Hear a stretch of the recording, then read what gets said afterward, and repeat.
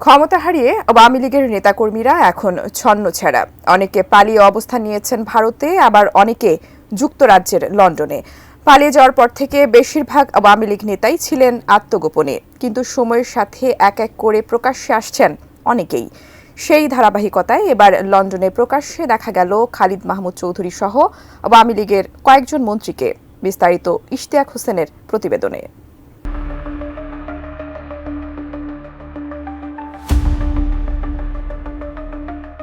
৫ আগস্টের পর আওয়ামী লীগ প্রধানের পলায়নের সাথে সাথে আত্মগোপনে চলে যান দলটির বেশিরভাগ সিনিয়র নেতারা। কয়েক মাস ধরে আত্মগোপনে থাকলেও ধীরে ধীরে খোলস ছেড়ে বের হতে শুরু করেছেন সাবেক এমপি মন্ত্রীরা। এবার প্রকাশ্যে কর্মসূচি পালন করতে দেখা গেল সাবেক পানি সম্পদ মন্ত্রী ও আওয়ামী লীগের প্রেসিডিয়াম সদস্য আব্দুর রহমান, সাবেক প্রতিমন্ত্রী খালিদ মাহমুদ চৌধুরী সহ ৪ সংসদ সদস্য মন্ত্রীকে।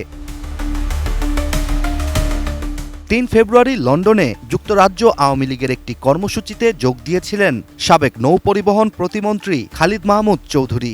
এছাড়াও আয়োজনে উপস্থিত ছিলেন যুক্তরাজ্য যুবলীগের যুগ্ম সাধারণ সম্পাদক জামাল খান, সাবেক মন্ত্রী ও আওয়ামী লীগের প্রেসিডিয়াম সদস্য আব্দুর রহমান, সাবেক প্রতিমন্ত্রী শফিকুর রহমান চৌধুরী ও সাবেক সংসদ সদস্য হাবিবুর রহমান। সেখানে যোগ দেওয়ার পরপরই তাদের প্রকাশ্যে দেখার খবরটি ছড়িয়ে পড়ে। RICL TMX, যুগের পর যুগ স্থাপনা থাকে মজবুত। লন্ডনে আওয়ামী লীগের সাবেক এই ৪ এমপি মন্ত্রীর উপস্থিতিতে কেন্দ্রীয় কর্মসূচিকে স্বাগত জানিয়ে কর্মী সভা ও লিফলেট বিতরণ করা হয়। এ সময় তৈরি করা ভিডিওতে দেখা যায় একটি সুইট শপে সাবেক পানি সম্পদ মন্ত্রী ও আওয়ামী লীগের প্রেসিডিয়াম সদস্য আব্দুর রহমান একটি লিফলেট একজন ব্যবসায়ীর হাতে তুলে দেওয়ার চেষ্টা করেন। সেই ব্যবসায়ী তার হাত যেভাবে ছিল সেভাবেই রাখেন। সবাই অনুরোধ করেও সেই ব্যবসায়ীর হাতে লিফলেট তুলে দিতে পারেননি। এরপর এক পর্যায়ে আব্দুর রহমান বিরক্ত প্রকাশ করে বের হয়ে আসেন। তারপর দল বেঁধে তারা ঢুকেন আরেকটি ক্যাফের মধ্যে। সেখানেও কাউন্টার থেকে ব্যবসায়ীরা সরে দাঁড়ান। লজ্জা থেকে বাঁচতে এক পর্যায়ে দোকানদার হিসাবে লিফলেট গ্রহণ করেন যুক্তরাজ্য আওয়ামী লীগ নেতা ব্যারিস্টার মঞ্জুরুল ইসলাম।